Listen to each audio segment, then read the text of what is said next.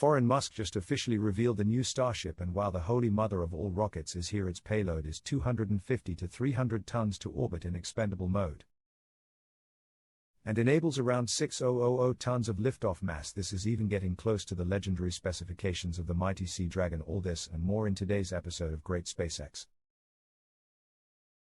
In reply to Everyday Astronaut's tweet about this new video comparing Starship 2 and 1, the tweet has a screenshot showing Starship with 150-ton payload to orbit and 5,000-ton liftoff mass side by side with N1 with 95-ton payload to orbit and 2,735 tons of liftoff mass. Musk said Starship payload is 250 to 300 tons to orbit in expendable mode. Improved thrust and ISP or specific impulse from Raptor will enable around 6,000 ton of liftoff mass. Well, if this is real, that is crazy. Starship will be a behemoth in terms of cargo in space. It's about 3 fully loaded shuttles and about 12 shuttle payloads to imagine. As of January of 2023, SpaceX has launched 1,272 metric tons of mass to orbit. This means it would take about 5 fully expendable Starship launches to launch all the mass that SpaceX has ever put into orbit. Additionally, the International Space Station weighs about 420 metric tons or around 1.5 fully expendable Starships. As a result, Starship could build space stations cheaper and quicker.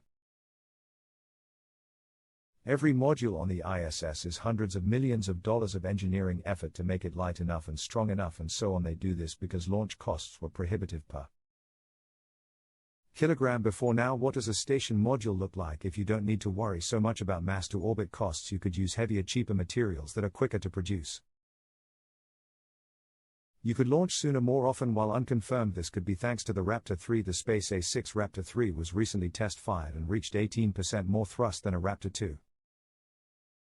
The Raptor 2 had 25% more thrust than the Raptor 1 and it was 20 lighter. SpaceX will remove gimbaling on the outer engines and remove the rocket shroud where possible as well. It's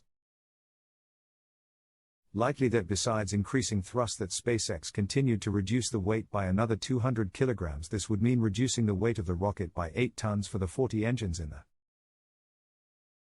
first and second stages of the Super Heavy Starship. In short, hopefully Musk won't have any confusion here. In any case, Starship is extraordinarily ambitious even before considering the unproven concepts of orbital propellant refilling and full rapid reusability that are central to the full system. Starship is indeed a beast. The rocket measures 120 meters, or around 390 feet tall, and is theoretically capable of producing up to 7,590 tons or around 16.7 million pound force of thrust at sea level. It's larger, taller, heavier and more powerful than any other launch vehicle in history. 33 Raptor 2 engines power Starship's Super Heavy booster, which is also more than any other rocket once optimized. SpaceX says that Starship can launch up to 150 tons or around 330 pounds to low Earth orbit while still recovering the orbital ship and suborbital booster for reuse. CEO Elon Musk has stated that Starship reuse will eventually take only hours, enabling multiple flights per day for each ship and booster and dropping the marginal cost of each launch to just a few $1 million in comparison. SpaceX's workhorse Falcon 9 rocket uses simpler Merlin 1D engines and has just 10 of those engines compared to Starship's 39 Raptors, producing about 10 times less thrust at liftoff and can launch about 11 as much payload to orbit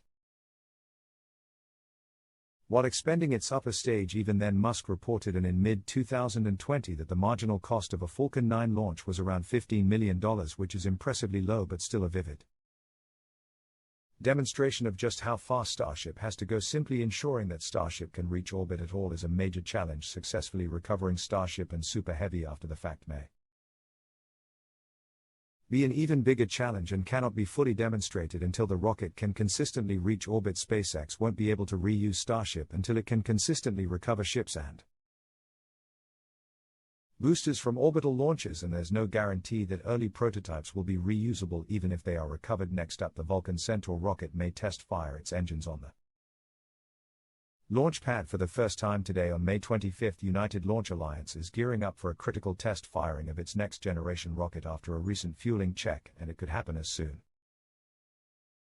as this week. On Monday morning of May 22, Bruno stated on Twitter that the company's new Vulcan Centaur rocket was returning to Space Launch Complex 41 at Cape Canaveral Space Force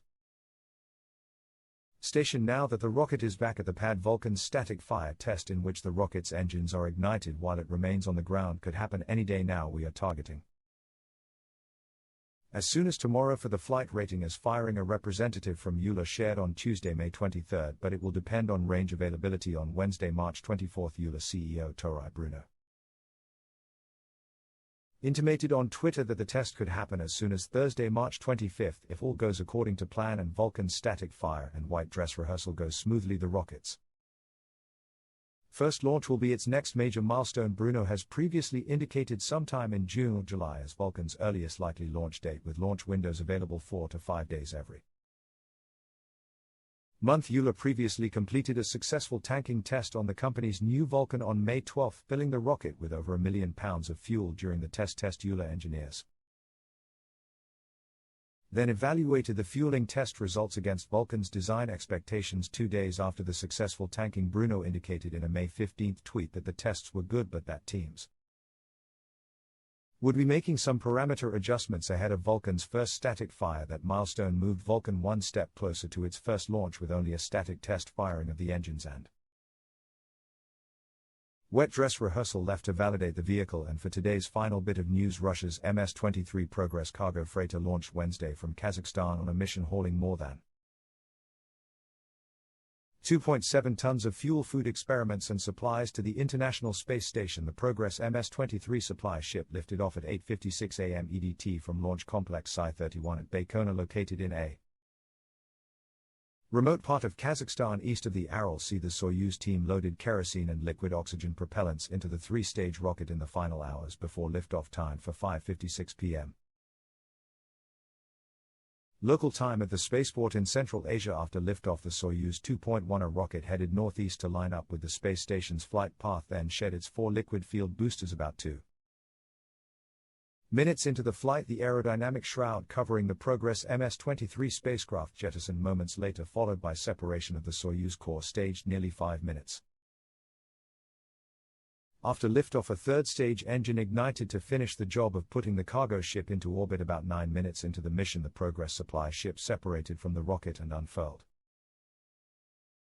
its solar panels and navigation antennas, and then commenced a sequence of engine firings to adjust its orbit to match that of the space station. After a radar-guided rendezvous, the cargo freighter lined up with its stocking port at the Poisk module on the Russian segment of the space station. Docking with the Poisk module occurred at 12:19 p.m. EDT. Russian cosmonauts on